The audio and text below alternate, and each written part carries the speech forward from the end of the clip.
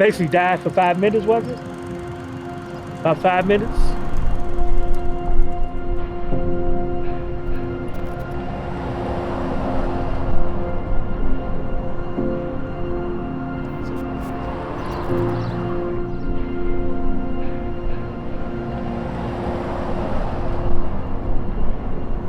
Absolutely. I feel like every day is a miracle. Yeah. Like waking up, it's a miracle. Having health is a miracle. Last year, my father passed away, and it was really hard to accept it because it was not expected. But I feel like every day it's a, what is it called? Like a lesson learned, and I've been trying my best to just like move forward from that.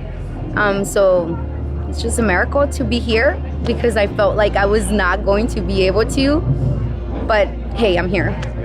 Mom was diagnosed with the most dangerous form of cancer on the women, ovarian.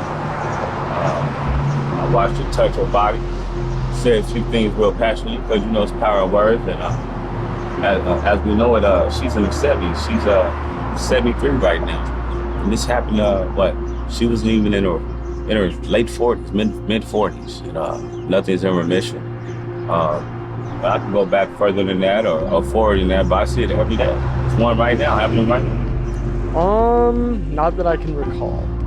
Well, I was an Austro Gothi priest for years, and during ceremonies and whatnot, calling upon the gods and the land spirits, I've witnessed quite a few things. Okay. I haven't personally witnessed it, but my mother has, I guess, in a sense. She got in a car accident. I was a rollover like 8 times, landed upside down, slid, and only came out with like a scar from the seatbelt and like a burn on her hand outside it. She should have died. She claims that like an angel grabbed her, and that's what that scar was. And so for that, yeah, but me personally, I have not experienced a miracle. Yeah, meeting the godmom that I have right now and her daughter that I'm really close friends with that I haven't seen for a while. So my own parents have disrespected me so much. A miracle is to have another mom in your life. So yeah, I call Stella a definite miracle. Not that I can think of. Okay. I don't know about miracle, but kinda, sort of something similar, I guess. I was in a pretty bad car accident when I was maybe like about 12 or 13 with my nephew, and my sister-in-law at the time, her boss had just lost her granddaughter in a car accident that happened the same way, and the time difference was like within a couple of seconds had the car crashed into us that like all of us would have died versus all of us living and stuff. I broke my collarbone and some other things and stuff like that, but I'm still here.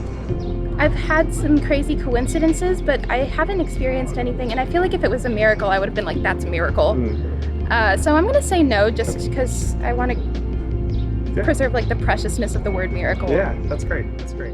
You're looking at a miracle. Oh, yeah? Oh, yeah. Yeah, I basically died for 5 minutes, was it? About 5 minutes, because I had renal failure.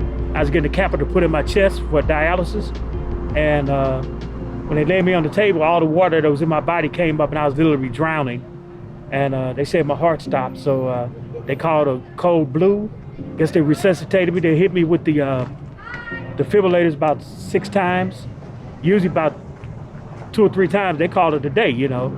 They did about 6 times. I came back, and when I woke up, I was up in the intensive care unit, had my hands tied on the bedpost, because I guess I was trying to pull unbeknownst to me, trying to pull the apparatus out of my mouth, you know. So eventually I end up being on the kidney transplant list for 4 months. I was on dialysis for about a year, and I was able to get a kidney. Got it to this day right here. Wow. Yeah, that's a miracle.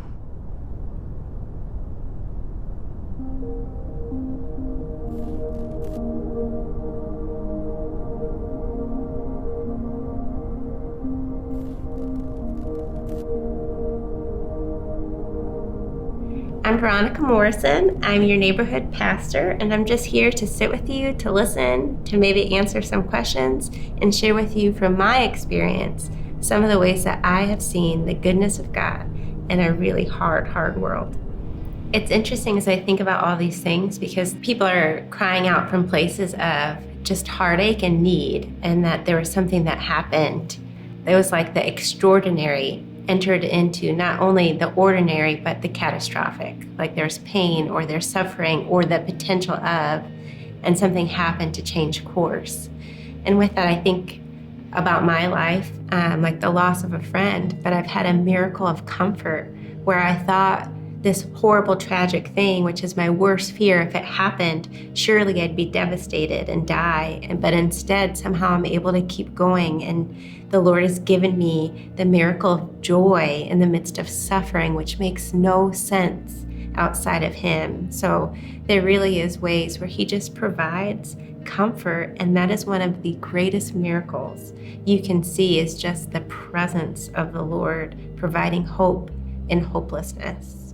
A lot of times when bad things have happened in my life that I felt like I didn't receive a miracle, one of the things that I've started doing is I'll go back and maybe sit down and just kind of ask God, hey, where were you then? Can you show me where you were? And I'll just sit quietly and listen. And the voice of the Lord isn't like, hello, Veronica, I am God. But instead it's more like these thoughts that pop into my head that weren't even from me, that I never would have had. And I'm like, wow, I forgot about that. Or a memory will come back to me of, oh, that did happen, or that person did offer me comfort, or even just a word of the Lord that says, Veronica, I was with you and I saw you and my heart was broken too. All those things have provided so much healing in my life, just simply asking the Lord the question, what do you think, or where were you? Thank you so much for spending time with me. It's such a privilege to get to tell you all about how good our God is. If you want, please find any healthy local church to dig deeper with more questions.